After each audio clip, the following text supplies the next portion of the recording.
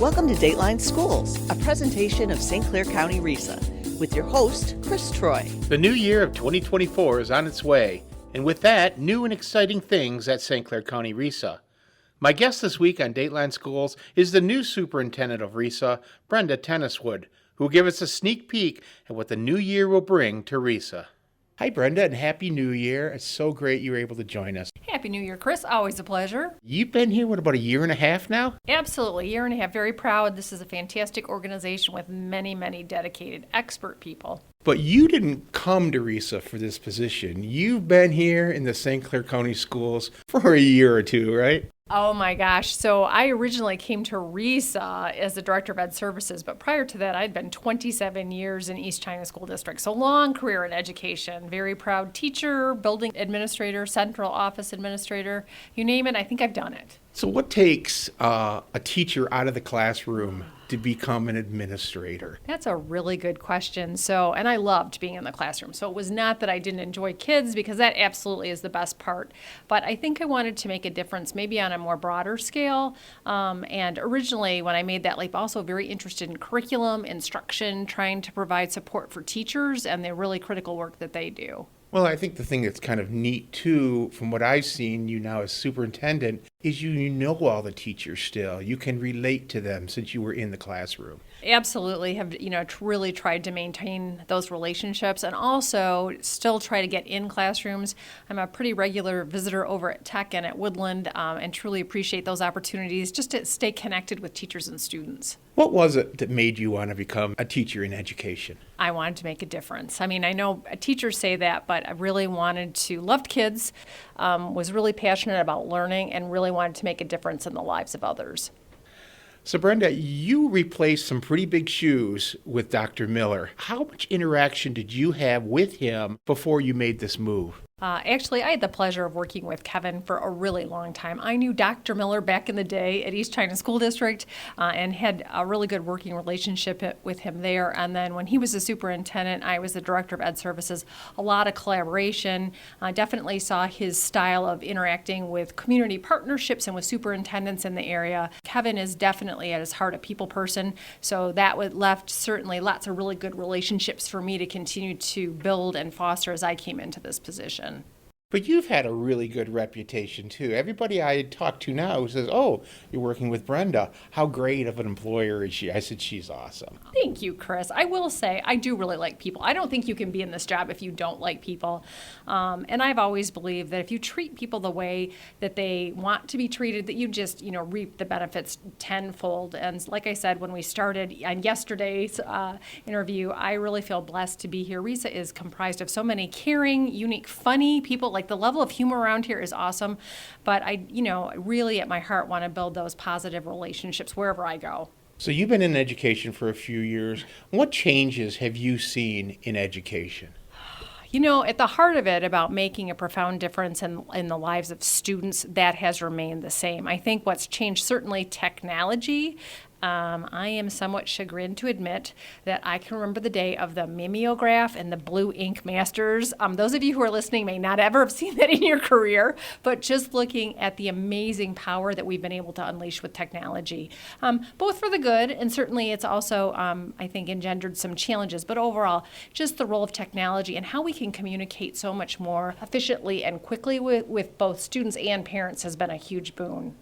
Brenda, you were here not as superintendent, but as curriculum director during probably one of the darkest times in education, and that was during the whole COVID epidemic. A lot of things changed in classrooms in order to keep education going. Have any of those practices remained with us now, or has everything kind of gone back to the same mode of operation?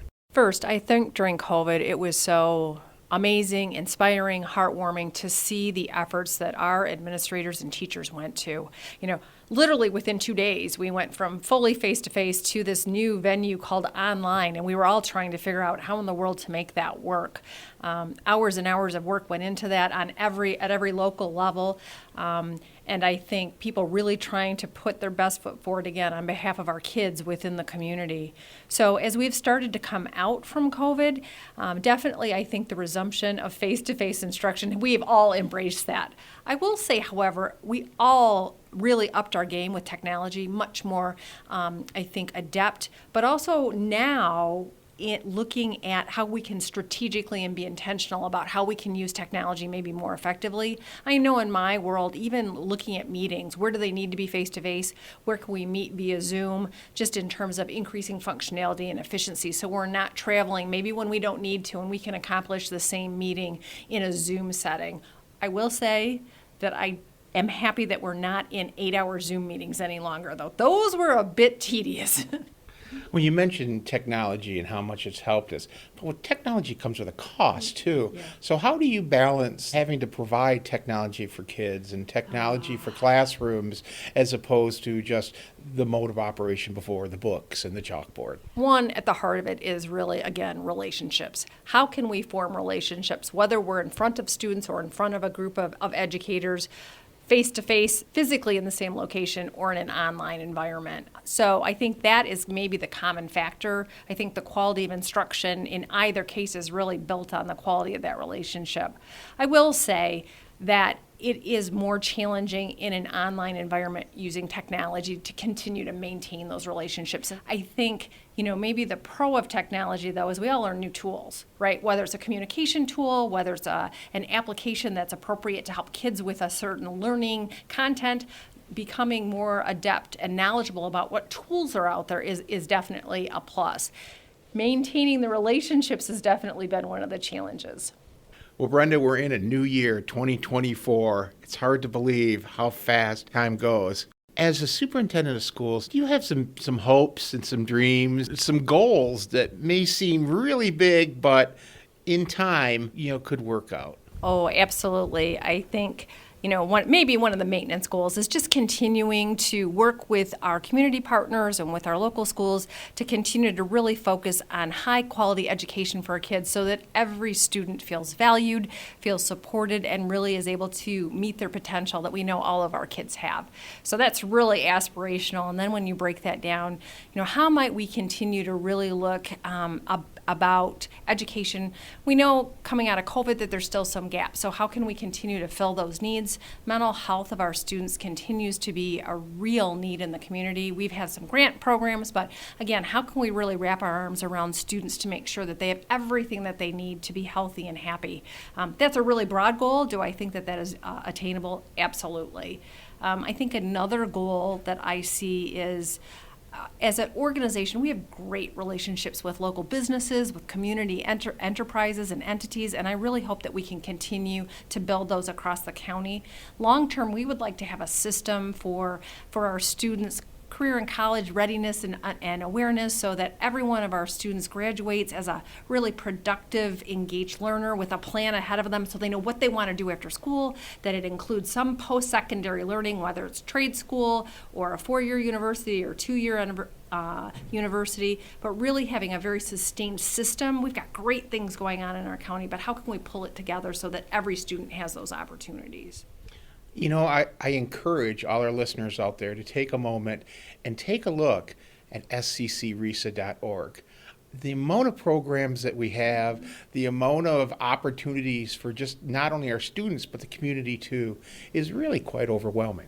I would agree. Many people are surprised to learn everything that St. Clair County RESA offers our community, and that is definitely our mission and vision. We want to be a proud community partner. We want educational excellence, but we really want to build those relationships throughout the county. So everything from Pine River Nature Center to Woodland Developmental Center to the tech program here at RESA, we have a lot of really amazing things going on.